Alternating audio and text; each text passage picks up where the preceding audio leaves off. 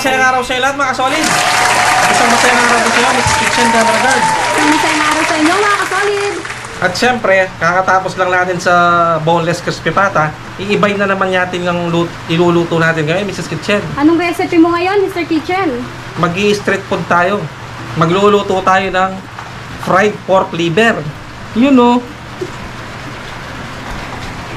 Sariwan atay. Shoutout nga pala sa mga kumakain ng pritong atay, yung sa street food mga kasolid. So start na tayo. Iiwain lang natin ang atay.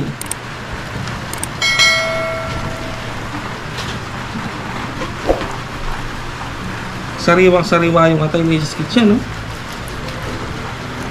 Walang sakit yung may-ari nito. Hindi siya umiinom ng alak. Hindi siya mabisyo.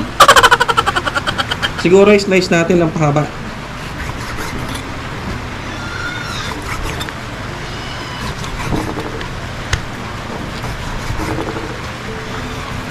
Ang sarap pa naman ng panahon ngayon, ang lamig, umuulan-ulan.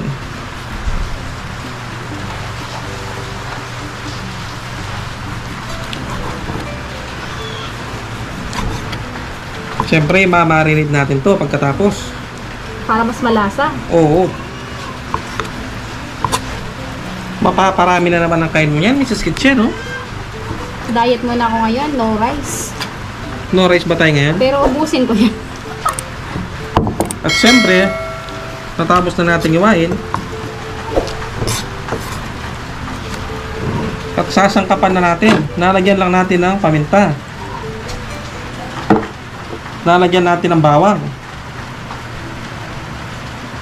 Lalagyan natin ng toyo. Tansyahin nyo lang yung mga ilalagay yung ingredients mga kasolid. Tansya-tansya Yun. lang. At syempre, lalagyan natin ng kalamansi. Siguro mga 5 pirasong kalamansi lang mga kasolid. At lalagyan din natin ng asin. Yun o. Pahaluin natin.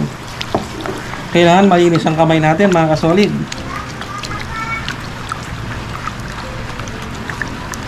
At i-marinate lang natin ito at least 30 minutes mga kasolid. Update na lang mamaya. So yun mga kasolid, after 30 years, 30 minutes, eto na yung kinalabasan ng ating pork atay. Yun no. 30 years in the making. Siyempre, ilalagay natin dito sa ating ginawang breading. Ano nga pala to mga kasolid? Kalahating cornstarch, kalahating harina. Yan. Sobrang napakarasa na nito, Mrs. Kitchen, no? Gutom ko na ba? Sura pa lang eh. Kakaiba na namang recipe mo na yan. Bago natin siya iprito, lalagay natin dito.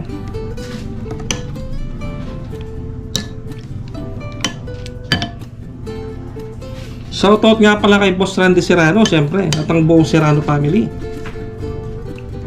At si Boss Rolando Bukod, yan. Mahilig sa pagkain niya mga yan. Shoutout po sa inyo. Thanks for watching.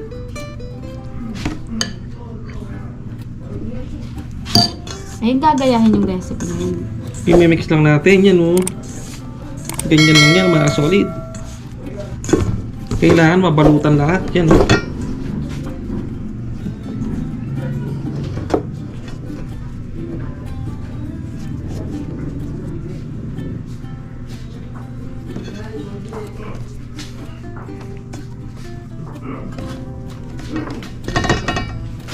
Piprito natin mamaya to sa mainit na mantika.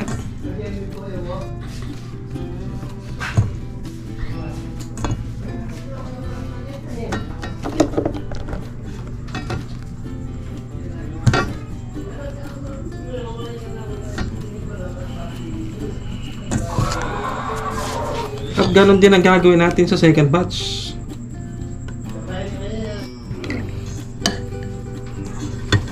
Si Mrs. Kitchen ay naghahalo. Gutom ka na siguro, Mrs. Kitchen. Haluin na natin para makain na. Nangangatog ng aking sikmura. Halu-haluin lang natin.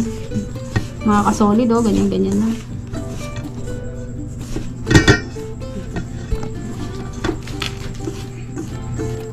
Parang nakokorente ako sa kamay mo, Mrs. Kitchen, no? May spark pa. Start na tayo magprito mga kasolid. Yan o.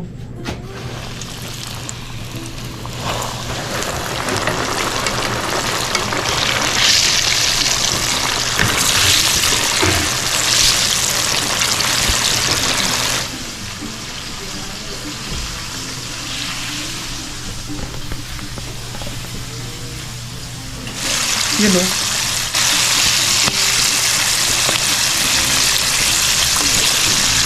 So yung mga kasolid, dahil luto na ang ating first batch, set aside na natin.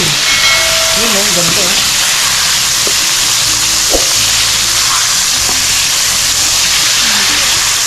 Kasi pangit i-overcook to, tinitigas. Dapat kung sakto lang.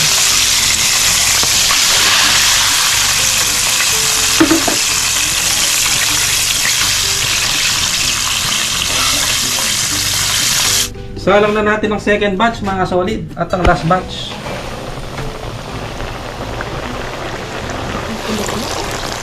Lubog na lubog, no? Itong mantikang ginamit ko nga para mga solid, ito yung ginamit ko sa pagprito ng pata. Ni-recycle ko lang. Kasi sobrang napakamahal ng mantika ngayon. Saka malinis pa yung mantika. Yung mantikang ginamit natin, mas mahal pa sa pata.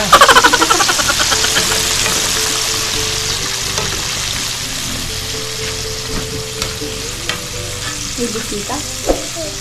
Say hi to the vlog. Si Ate the Vlog. vlog. Ay, vlog. Hello mga kasolid. Ay, mga solid. Vlog tayo ngayon. Bye-bye. Check natin yung second batch kung luto na mga solid. Yun o, luto na po. Set aside na rin natin, baka ma-overcook siya. Tinitigas.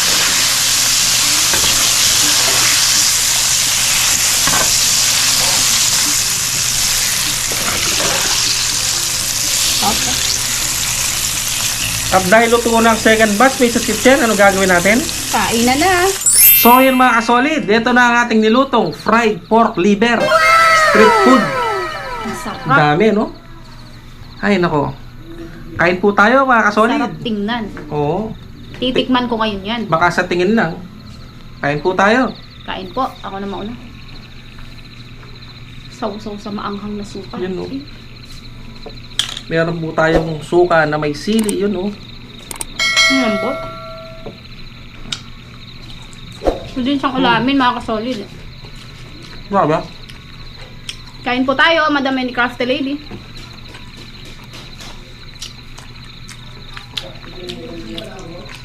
Ang sarap ng pagkakadali, no? Ang lambot. Hindi siya overcook. Bisipat. Ang init. Pasok. Bagong luto, eh.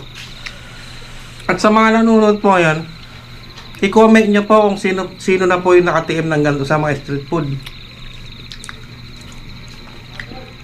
Yung binibenta kasi sa daan, 3-10 nito yan.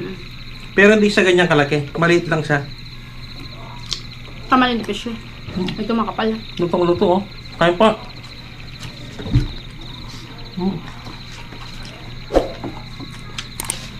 Kay Madam Amy Fajardo NC. Shout out. Kain po tayo, Madam.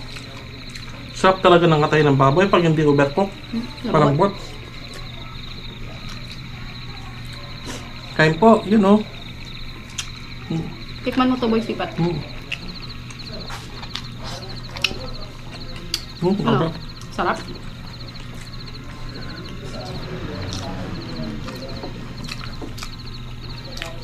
Pwede siyang ulamin, pwedeng papakin, At pulutan, siyempre. at pwedeng pamulutan. Kain po. Nuulam namin kasi wala kaming ibang ulam mga solid. Yun, oh.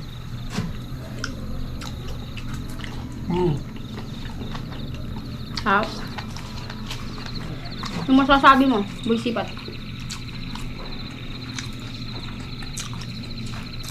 Sarap. Dahan-dahan ka daw sa sili, sabi ni Madam Any Crafty Lady. Nakaka-almuranas pala yan. Kaya-kaya pong i-handle yan, madam. Nakaka-almuranas pala yan. Kain po. Grabe. Kain po tayo, Madam Any Crafty Lady. Sarap nito, Madam.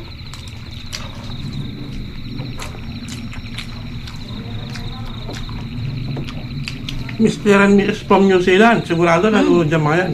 Thanks Shoutout for po sa inyo. watching. Okay. Kain po.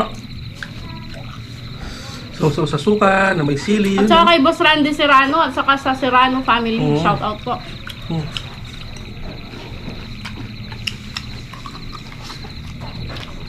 Sarap yung sipat. Ang Ponciano family yan, siyempre. Shout out. Grabe.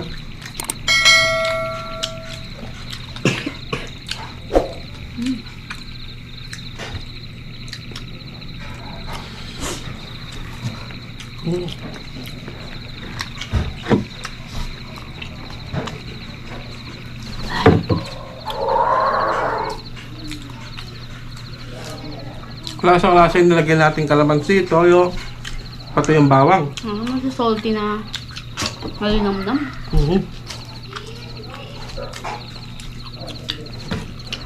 Try nyo ito mga ka-solid. Murang-mura. Mura ang 200. kilo nito na. Kano? 200?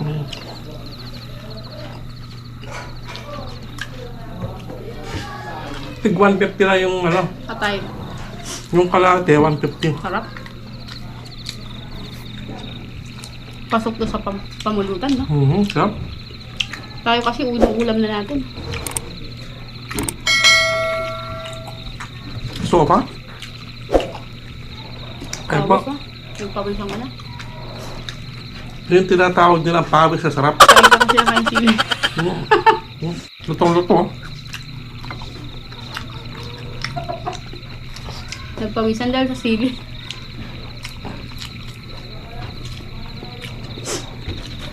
Grabe. Tulos ipon na.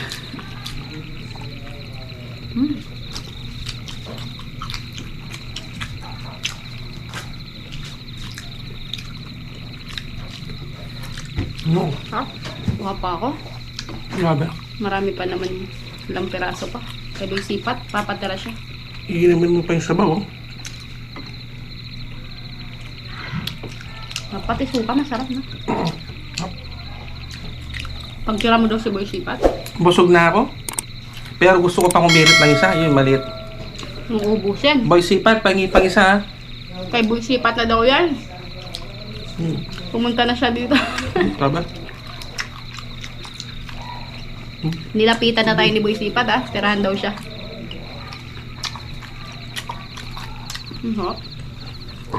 Kabusog ko. Mabos yung kanin ko. Sarap. Cheers tayo.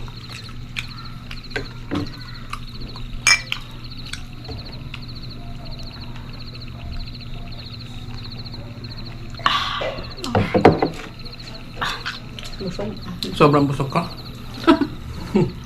Sana po gayan nyo ang recipe ito mga solid. At sana po nag-enjoy kayo sa aming masayang mukbangan.